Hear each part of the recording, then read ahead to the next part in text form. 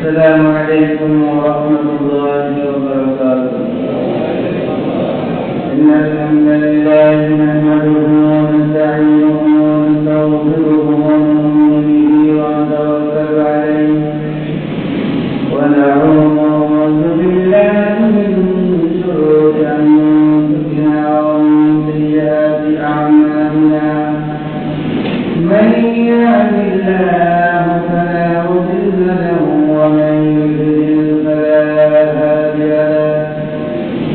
ونشهد أن لا إله إلا الله وحده لا شريك له ولا نذير له ولا وزير له ولا مثيل له ولا مصير له ولا معين له.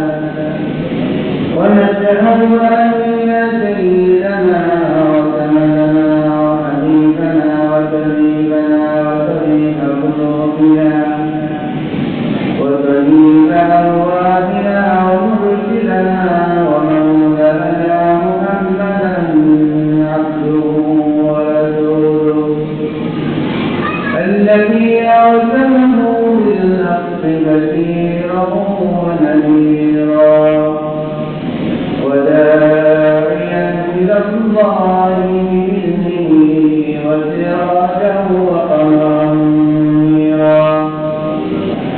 اللهم صل على سيدنا ومولانا محمد في أول كلامنا.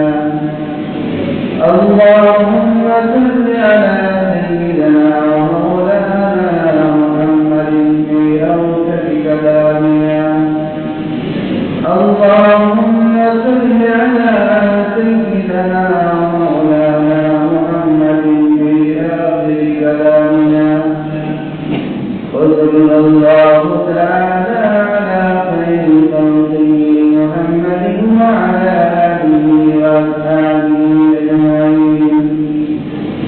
أما بعد فأعوذ بالله من الشيطان الرجيم. بسم الله الرحمن الرحيم.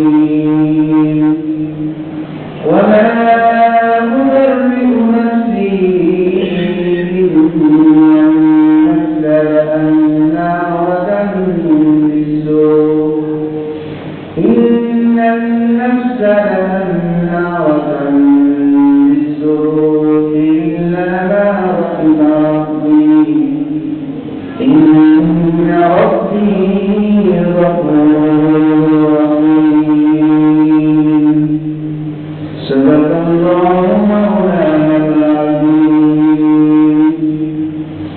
وقال رسول الله صلى الله عليه وسلم إن الشيطان يجري من الإنسان مجرى الدم أو كما قال عليه الصلاة والسلام. وبسم الله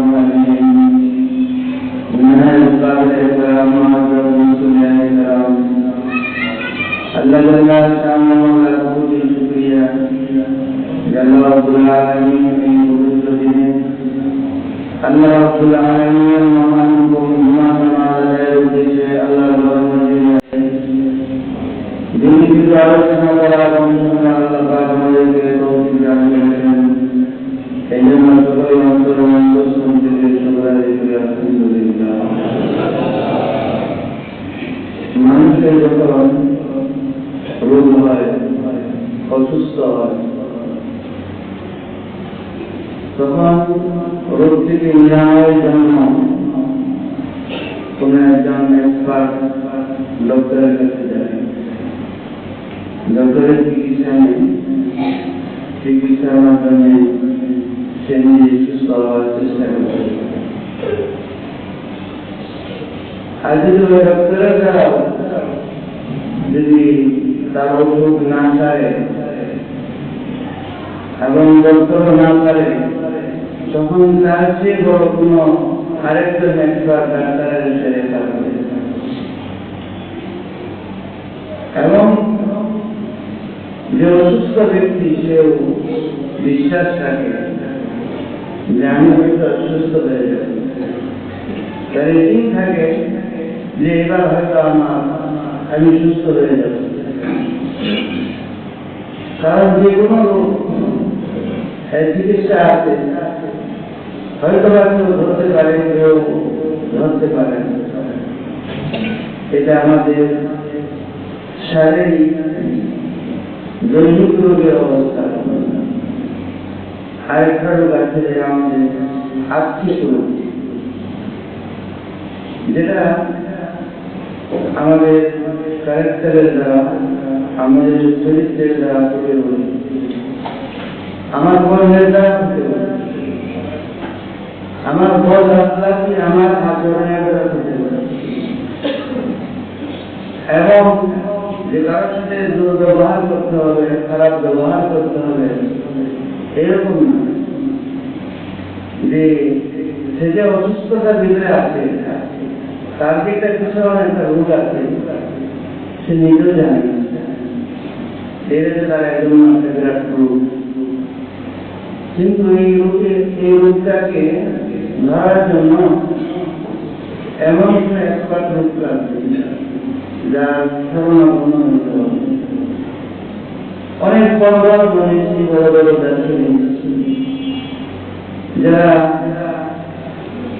নিজের আর্থিক চিন্তার জন্য, নিজের রোগের চিকিৎসার জন্য তার চেয়ে বড় কাউকে তালাশ করতে, আল্লামা ইকবাল ব্যক্তি, সে যখন অনুভব করলো যে আমার কোনো ঘাটতি আছে, আমার সেই ঘাটতিকে পূরণ করার জন্য আমার একজন চিকিৎসকের দরকার।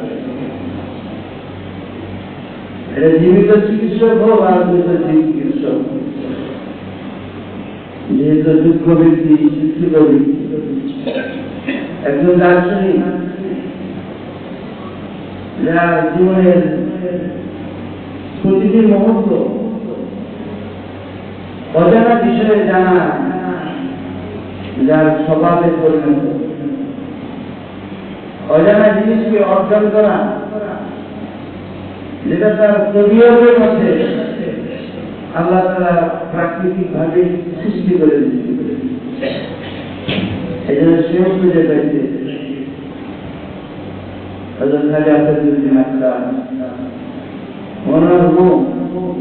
তাদের মতো তারা যে অবস্থার কথা বলে, যে রোগের কথা বলে, যে রোগের চিকিৎসার কথা বলে, হাদিসের মধ্যে আছে। কিন্তু বাস্তবের সাথে যে কাছাকাছি কোন রোগের কোরআন এবং সুন্নাহ আলোকে কোন পথ পাওয়া, পথ নির্দেশ লাভ করা, এটা একটা যোগ্যতা এবং মানা এবং নিজের পিপাসার একটা আলামত। সে পিপাসা তার মধ্যে ছিল। এই জন্য আমার রোগের, আমি রোগী, আমি অসুস্থ, আমার এই অসুস্থতা কিভাবে দূর করা যায়? নফসের নাতোয়া বলতে ইসলাম কুষ্ঠে ইল্লা প্রার্থী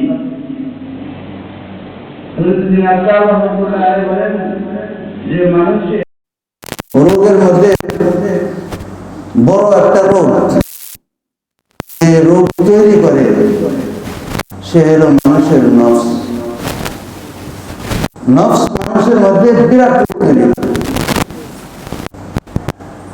এটা যে রোগ আমার ভিতরে যে মানুষ পারে,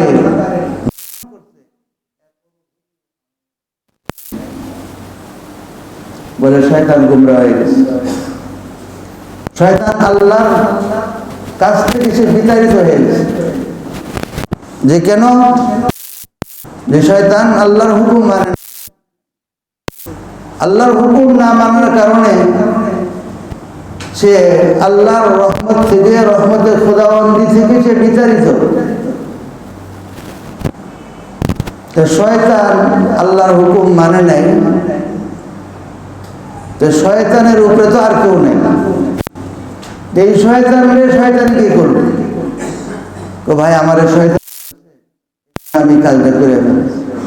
তা আমি তো শয়তানের উপরে আমি ভর করতে পারলাম, কিন্তু শয়তান কার উপরে ভর করবে? শয়তান কে বানাইল? শয়তান আর আল্লাহর রহমত থেকে এসে বিতাড়িত হলো। এই শয়তানিটা কে করলো? নফসের না দোয়া খুললে নফসের না দোয়া বুঝতে ইল্লা বাসে করছে, গোমরা করছে নফসে। যখন তাকে বলা চিন্তা করো, আনা খায়রুম মিনহু, এই আনা আমি হইলাম নফস, আমি হইলাম নফস। এই জন্য কোন বুজুর্গ আছে যে আনা শব্দ, আনাটা মারাত্মক রূপ। যে একটা মহলে বসার পরে যে আমার চেয়ে কেউ বেশি, আমি হয়েই থাকতে চাই, আমি হয়ে সবার করতে চাই। এইটা হলো নফস। নফসের নাতওয়া শয়তানকে শয়তান বানাইছে তার নফসে। তো নফসে শয়তানের উস্তাদ হলো তার নফস। শয়তানের উস্তাদ কে? হ্যাঁ, উস্তাদ আছে। শয়তানের কি আছে? উস্তাদ আছে। হযরত ইউসুফ আলাইহিস সালাম জুলাইখার ফাঁদে পড়ছেন। নিজেকে নিষ্পাপ রাখার জন্য, নির্দোষ রাখার জন্য যা করার সবই করছেন। তারপরেও যে মানুষ নফসের ধোঁকায় পড়তে পারে, কিন্তু হযরত আম্বিয়া কেরাম তারা নিষ্পাপ। এরপরেও হযরত ইউসুফ আলাইহিস সালাম বলতেছেন, ওয়ামা উবাররিউ নাফসি, হে আমার প্রভু, ওয়ামা উবাররিউ নাফসি, আমি আমাকে নির্দোষ বলি না। ইন্নান নাফসা লাআম্মারাতুম বিসসু, নিশ্চয়ই মানুষকে তার নফসের মন্দ কাজের পথ দেখায়। ইল্লা মা রাহিমা রাব্বি, তবে যাকে তার রব, আমার রব যার উপরে দয়া করেন সে ব্যতীত।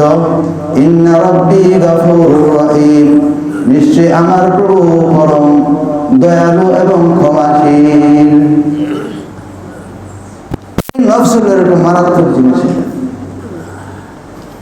এই নফসকে যে ঠিক করার জন্য কোনো এক্সপার্ট ডক্টরের প্রয়োজন। আল্লামা ইকবাল বলেন, আমি ফরিদউদ্দিন আত্তারকে আমি আমার মুর্শিদ হিসাবে বেছে নিলাম। নফসে না তো আকুল্লে কুশতে ইল্লা বাসেটিজ, তিনটা জিনিস ধারণ করতে পারলে খাজা ফরিদউদ্দিন আত্তার রাহমাতুল্লাহ আলাইহি বলেন যে নফসের কিছুটা কাবু করা যাবে, পুরোটা না, কিছুটা কাবু করা যাবে। কিছুটা কাজে, কিছুটা তাকে আয়ত্ত করা যাবে। খঞ্জরে খামোশি, একটা ওষুধ দিয়েছেন, প্রেসক্রিপশন হইল খঞ্জরে খামোশি, চুপ থাকার খঞ্জর, তীর। যদি কেউ চুপ থাকার মতো অস্ত্র গুণ নিজের মধ্যে অর্জন করতে পারে, তাহলে নিজের নফসের নফসানিয়ত থেকে সে বাঁচতে পারবে। অশমশিরে জো, আরেকটা হইল ক্ষুধার তরবারি।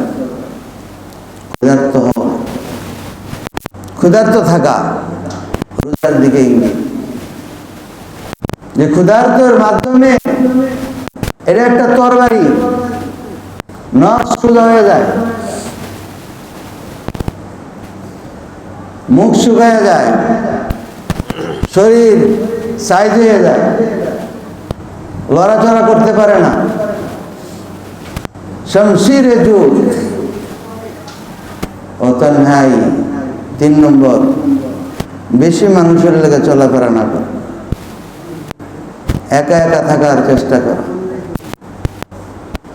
যদি কেউ এই ঔষধ ব্যবহার করতে পারে তাহলে ওই শয়তানের যে উস্তাদ আছে, এই উস্তাদ আপনি আমি প্রত্যেকের সাথেই আছে, আমার সাথেও আছে, নবীদের সাথে ছিল। হযরত আয়েশা সিদ্দিকা রাদিয়াল্লাহু আনহা ইয়া রাসূলুল্লাহ, তো ওই শত্রু যে নফস, এটা কি আপনার সাথেও আছে? প্রত্যেক মানুষের লগে একটা শয়তান আছে, ওই শয়তানটা হলো নফস, এটা কি আপনার সাথেও আছে? বলে হ্যাঁ। বলে কিনা আসলাম, কিন্তু সে আমার সংস্পর্শে থেকে নিজেরে আত্মসমর্পণ করে ফেলেছে, মুসলমান হয়ে গেছে। আল্লাহর রসুলের সাথেও আছে, কিন্তু সে আল্লাহর রসুলের কাছে আত্মসমর্পণ করে ফেলেছে। নবীদের সাথেও আছে, কিন্তু যারা আল্লাহর পয়গম্বর হয় তাদের কাছে নফস আত্মসমর্পণ করে সেখানে আগে বাড়তে পারে না। ইন্নান নাফসা লাআম্মারাতুম বিসসু, শয়তান কিন্তু আমাকে পাপ কাজের জন্য বাধ্য করে না, শয়তান আমাকে পাপ কাজের দাওয়াত দেয়, প্রচার, বিভিন্ন পথ দেখায়, রাস্তা দেখায়, শুধু দাওয়াত দেয় যে এই করলে তোমার এই হবে, এই করলে এই হবে। তুমি বেশি বেশি ঘুমাইতে পারলে, ঘুম ভালো হলে স্বাস্থ্য ঠিক থাকবে, তখন জোহর কি, আসর কি, ফজর কি, মাগরিব কি, কোনো নামাজের কোনো ইবাদতের মধ্যে থাকবে না। কারণ শয়তান তাকে বুঝতে দিছে, প্রেসক্রিপশন সে ধরাইয়া দিছে, 8 ঘন্টা ঘুমাইতে হবে, ভালো কথা। তা 8 ঘন্টাটা যদি রাতের 2টা থেকে আরম্ভ হয়, তাহলে সকাল 8টা-10টা তো বাজবে। শয়তান কিন্তু দাওয়াত দিয়ে দিচ্ছে, আর সেই দাওয়াত কিন্তু আমি কবুল করে নিয়েছি।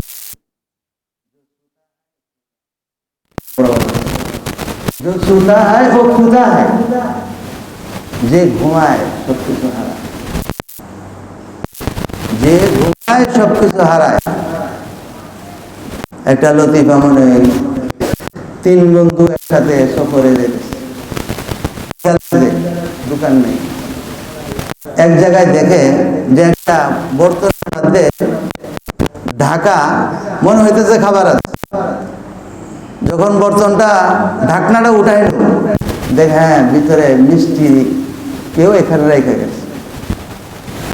এখন মিষ্টির পরিমাণ এত বেশি যে একজনের পেট টেনে টুনে কোনো মতে চলল, কিন্তু তারা মানুষ 3 জন, কি বলবে যে কারোই পেটের ক্ষুধা মিটবে না। 3 জনে বলবো যে বেলাও শেষ, তা আমরা ঘুমায় যাই। আর ঘুমের মধ্যে যে সবচেয়ে ভালো স্বপ্ন দেখবে, ভালো স্বপ্ন বয়ান করতে পারবে, সেই এই খাবারটা খায়। কারণ তারা ঘুমের প্রস্তুতি নিয়েছে, ঘুমাইতে গেছে। যখন ঘুম শুরু হইল, অনেকে আছে যে নাক ডাকা শুরু করে দেয়, তো 2 জন নাক ডাকা শুরু করে দিয়েছে। 3য় জন ভাবছে এরা তো ভালোই ঘুমাইতেছে, তা আমি কতক্ষণ নাক ডাকি। ঘুমায় না, ঘুমের ভাব লইয়া নাক ডাকা শুরু করছে। যাতে যদি কেউ সজাগও থাকে, কারণ যারা নাক ডাকার অভ্যাস আছে এদের ঘুম হালকা, এরা যে কোনো সময় ঘুম থেকে উঠে যায়। এই জন্য সবাই যাতে সবাইকে ভাবে যে আমি ঘুমাইতেছি, সে তো আসলে ঘুমায় না, সে ঘুমের ভাব লইছে। এখন ঘুমের ভাব লইয়া কিছুক্ষণ পরে উঠছে, উঠে যায় একা একা খাইছে, একা একা খাইয়া শেষ। যখন রাত শেষ হয়েছে, একজন ঘুম থেকে উঠছে, ওঠো তাড়াতাড়ি উঠো, আমি দারুণ এক স্বপ্ন দেখছি। তো তো দুইজনে উঠেছে। তো উঠানোর পরে দেখ বললো যে আমি দেখ এমন এক স্বপ্ন আল্লাহ আমার দেখাইছে যে আল্লাহ ফেরেশতা পাঠাইছে, আর ওই ফেরেশতা আমাকে প্রথম আসমান পর্যন্ত আল্লাহ তাআলা যত পুত্র আছে সূর্যকে আমাকে দেখেছে। ওয়ালাকাদ যায়্যানা সামা বিজিনাতিল কাওয়াব। আল্লাহ তাআলা এই ভূমণ্ডল নবমণ্ডলকে যে কত সুন্দর সুন্দর সুন্দর জিনিসের দ্বারা সাজাইছে,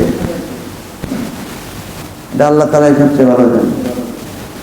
শুধু কোরআনের মধ্যে আছে এটুকুই বিজিনাতিল কাওয়াব, যে আমি শোভামণ্ডিত করেছি আকাশমণ্ডল।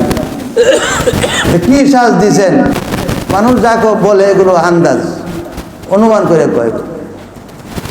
ওই যে পৃথিবীর থেকে 13 লক্ষ গুণ বড় সূর্য, সূর্যের কাছে ধারে কাছে চলে যাবো কয় আগে করবো। আচ্ছা আমি আমরা বিশ্বাস করি, যাক তারপর এটা কই, এটা কইলে তার স্বীকার করলে তার গুণ অর্জন। সূর্য আছে এটা তো সবাই দেখে, কারণ এই সূর্যের ধারে কাছে কেউ যাবে, কেউ যেতে পারবে না। ও গইলে ওখান থেকে করে দেবে। কারণ পৃথিবীর একটা স্তর আছে যে মধ্যাকর্ষণ শক্তির মাধ্যমে আল্লাহ তাআলা পৃথিবীকে ঠিক রাখে। যখন ব্যালেন্স হয়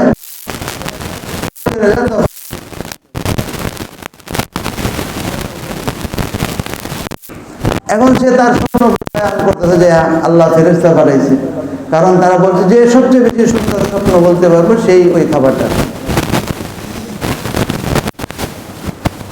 হ্যাঁ যে স্বপ্ন দেখছে আরেকজনে কয় হ্যাঁ আমি কি করতে পারি, হ্যাঁ ও বানাইছে আমি এত প্রথম আসমান গেছে, আমাকে দ্বিতীয় আসমানে ফেরেশতা নিয়ে গেছে, ওখানে যে আরো কত নূরের ফেরেশতা সহ কত কিছু ফেরেশতা আমার দেখাইছে যা আমি তোমাদেরকে বলে শেষ করতে পারবো, তোমাদেরকে বলে শেষ করতে পারবো। এখন তাহলে স্বপ্ন অনুযায়ী যে যার স্বপ্নটা বেশি সুন্দর, সবচেয়ে বেশি আশ্চর্য, এই যে প্রথম ব্যক্তি হইতে পারে, দ্বিতীয় ব্যক্তি হইতে পারে, তৃতীয় ব্যক্তিকে বলে যে তুমি কিছু কও না, হ্যাঁ এইভাবে বলে দিচ্ছি, কেন এত জানি যে আমি তো খায়া বেড়াইছি। কো ভাই আমি যে স্বপ্ন দেখছি এক আশ্চর্য। কি যে স্বপ্ন দেখছি, স্বপ্ন মানে দেখি যে একজন হলো প্রথম আসমানের মধ্যে আছে, আরেকজন দ্বিতীয় আসমানের মধ্যে আছে, আর ঘুম থেকে ওইটা গেছি, দুইজন তোমরা নাই, তখন আমি ওইটা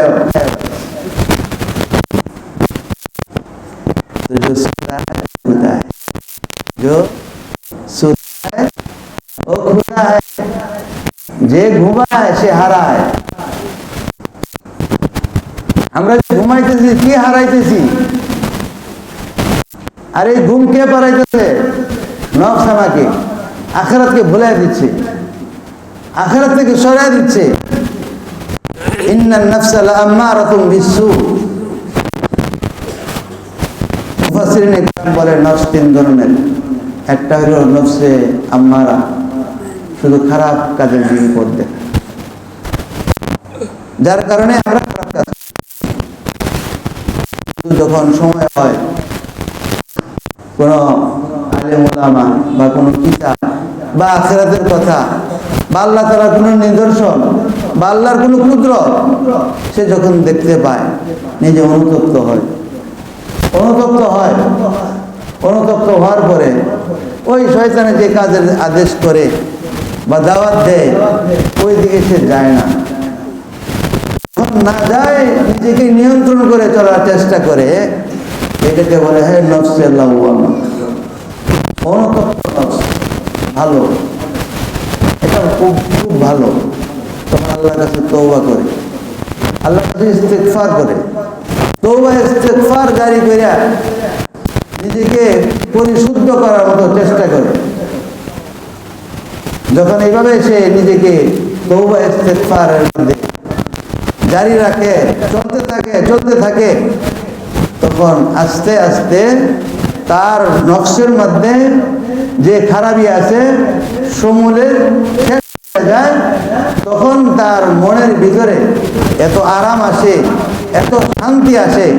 যখন ওই শান্তি তার মনের ভিতরে বিরাজ করে, ওই নফসকে বলা হয় নফসে মুতমাইন্না। আল্লাহ তাআলা কোরআনের মধ্যে বলেছেন, ইয়া আইয়াতুহান নাফসুল মুতমাইন্না, হে শান্ত আত্মা। মানুষ যখন গুনাহ করে না, তখন মানুষের আত্মা কিন্তু অশান্ত থাকে, মানুষ অস্থির থাকে। হাদিসের মধ্যে আছে যে একজন মানুষ গীবত চর্চা, দুশ্চর্চা করার অভ্যাস আছে, আল্লাহ তাআলা তার অন্তরের সুকুন তার কাছ থেকে নিয়ে নেয়। তার মনের ভিতরে অন্তরের যে আরাম আছে, শান্তি আছে, প্রশান্তি আছে, এই প্রশান্তি তার মন থেকে চলে যায়, আরাম উপার্জন করে। সুদের সাথে সে লিপ্ত, ঘুষের সাথে সে লিপ্ত, ওই ব্যক্তির অন্তর কোনোদিন ভালো থাকে না। হইতে পারে আপনার আজকের ক্ষমতা দেখাইতে পারে, 13 তারিখ পর্যন্ত একজন ব্যক্তির দুনিয়ার সবকিছু আছে, দুনিয়ার সব ক্ষমতা আছে, সব শক্তি তার আছে, সমস্ত পাওয়ার তার সাথে আছে, কিন্তু 13 তারিখের পরে দিয়া এমন হয়েছে সে নাই হয়ে গেছে, তার খোঁজ নাই, এমন খোঁজ নাই, এমন তার কোনো তার ওই ব্যক্তির শরীরের কোনো একটা অংশ খুঁজে পাবে, এটারও সম্ভাবনা নেই, এটারও সম্ভাবনা নেই। এটা হলো দুনিয়া। সুকুন, এটা হলো আত্মাকে যখন আমি পরিশুদ্ধ করতে পারবো। قد أفلح من تزكى فألهمها فجورها وتقواها قد أفلح من زكاها। সমস্ত সাহাবায়ে কেরাম সর্বপ্রথম আল্লাহর রাসূলের কাছ থেকে নিজেদের আত্মাকে এমন পরিশুদ্ধ করেছে। আজকে তো আমি আমারে বলে আমি ইমাম সাহেব, আমি খতিব সাহেব, আমি শাইখুল হাদিস, আমি মুহাদ্দিস, আমি খতিবে বাংলা, বা আরো কত বিশেষায়িত করে, আমি শাইখুল ইসলাম, আরো কত কিছু, অনেক কিছু। কিন্তু সাহাবাদের কারোর নামের শুরুতে এগুলো আছে নাই। কেন নাই? কারণ তাদের এমন কোন দিক নাই যে রাসূলুল্লাহ সাল্লাল্লাহু আলাইহি ওয়াসাল্লামের চেহারা দেখছে, ওই চেহারা দেখার দ্বারা তাদের অন্তর এমন পরিষ্কার হয়ে গেছে, এমন পরিষ্কার হয়ে গেছে যেখানে ময়লার কোনো সম্ভাবনা নেই। যেমন গ্লাসের মধ্যে যদি ময়লা পড়ে, তাহলে একটা কাগজ দেয়া পরিষ্কার করলে বা একটা কাপড় দেওয়া পরিষ্কার করলে এটা পরিষ্কার হয়ে যাবে। আর যদি একটা কাপড়ের মধ্যে ময়লা লাগে, তখন ওখানে শুধু একটা কাপড় দেয়া বা কোনো কাগজ দেয়া, টিস্যু পেপার দেয়া পরিষ্কার করলে পরিষ্কার হবে না, বরং সেখানে ডিটারজেন্ট পাউডার ব্যবহার করতে হবে, অথবা ওয়াশিং মেশিনের ভিতরে দিয়া সেখানে ঘোরায়া সময় নেয়া তারপর সেটাকে পরিশুদ্ধ করতে হবে, এছাড়া কিন্তু সে পরিষ্কার হবে। তো মানুষের অন্তরের মধ্যে যখন ময়লাটা লাগে, এটা গ্লাসের মতো ময়লা না যেভাবে ঘষা দিলে চলে যাবে। সেই ময়লাটাকে যেভাবে ওয়াশিং মেশিনের ভিতরে কাপড় দিয়ে তারপরে ওয়াশিং পাউডার ব্যবহার করে পরে ধুইতে হয়, এরকম ভাবে আত্মার যে ময়লাটা আছে, এই ময়লাটা এমন ভাবে ঢুকে, এমন ভাবে প্রবেশ করে, সেটাকে কোনো এক্সপার্টের দিক নির্দেশনা ছাড়া, পথ নেওয়া ছাড়া সেই রূপ থেকে মুক্তি পাওয়া সম্ভব হবে না। এই জন্য যে আমার নফসে আম্মারা যে খারাপ কাজের পথ দেখায় শয়তান, আর এই শয়তানের যে উস্তাদ যে নফস, এই নফস কিন্তু সবার মধ্যে আছে, যে শয়তানেরও উস্তাদ, সুতরাং সে আমারও উস্তাদ। তাকে আমার আয়ত্ত করতে হবে, তাকে আমার রক্ত করতে হবে। এরপরে নফসে লাওয়ামায় এটাকে রূপান্তরিত হবে, নফসে লাওয়ামা থেকে নফসে মুতমাইন্নায় পরিণত হইতে হবে। যখন নফসে মুতমাইন্না পরিণত হবে, আল্লাহু ইয়াতাওয়াল্লাস সালিহিন, আল্লাহু ইয়াতাওয়াল্লাস সালিহিন, নেককাররা তখন আল্লাহ তাআলার ওয়ারিস হয়ে যাবে। আল্লাহ আমার পিতার কি অংশ আছে না আছে, আমার আস্থা আছে, বিশ্বাস আছে যে আমি বাড়িতে নাই, বাড়িতে থাকি না, জীবনের বেশিরভাগ সময় দেশ বিদেশে কাটাইলাম, কিন্তু এরপরও আমার এই বিশ্বাস আছে যে আমার পিতা যখন দুনিয়া থেকে চলে যাবে তখন পিতার ওয়ারিশ আমি, এই ওয়ারিশ আর কেউ নিতে পারবে না, এর মালিক আমিই হব, এত বিশ্বাস। অথচ এক জায়গায় 30 বছর, 40 বছর, 50 বছর আছে, কিন্তু সেখানে কাউকে বা কারোর কাছ থেকে সে 1 পয়সার ওয়ারিশ হবে এইটার সে আশা করতে পারে না। বান্দা যখন নেক হয়ে যায়, যখন আল্লাহওয়ালা হয়ে যায়, নিজেকে পাক পবিত্র বানায় নেয়, তখন আল্লাহ তাআলা বলেন যে আমি ওই বান্দার ওয়ারিশ হয়ে যাই। হযরত রাবিয়া বসরিয়া ঘরে চোর আইছে, চোরে ঘরে ঢুকছে, ঘরে তো তার কিছু নাই, চোরে দেখলো কিছু নাই, একটা চাদর আছে, এটা লয়ে যায়। ওই চাদর নিয়ে যখন যায় তখন ওয়াদা আবসারিন গিশাও, আল্লাহ যখন কেউ নাফরমানি করে এবং নাফরমানি করতে থাকে, নাফরমানির মধ্যে অভ্যস্ত হয়ে যায়, তার মর্যাদাগত অভ্যাসে পরিণত হয়ে যায়, আল্লাহ পাক তার চোখের মধ্যে পর্দা ফেলায়। সে যখন ওই চাদর নিয়ে বের হয়েছে, বের হওয়ার পরে দেখে যে কোনো দরজা সে তালাশ করে রাখে, কেন পায় না? তার চোখের মধ্যে পর্দা ফেলায়, এদিকে যায়, ওইদিকে যায়, ওইদিকে যায়, রাস্তা পায় না। শেষে ওই চাদর ফালাই দিচ্ছে, যেই ফালাই দিচ্ছে, ফালাই দেওয়ার সঙ্গে সঙ্গে দরজা দেখা যায়, দরজা দেখা যায়। যখন বের হয় তখন সে একটা আওয়াজ শুনে চুরে, যারে যার সামান তুমি চুরি করতে আসছিলা সে ঘুমাইতে পারে, তার যে সে কিন্তু জাগ্রত আছে। আল্লাহ তাআলা আমাদেরকে পরিশুদ্ধ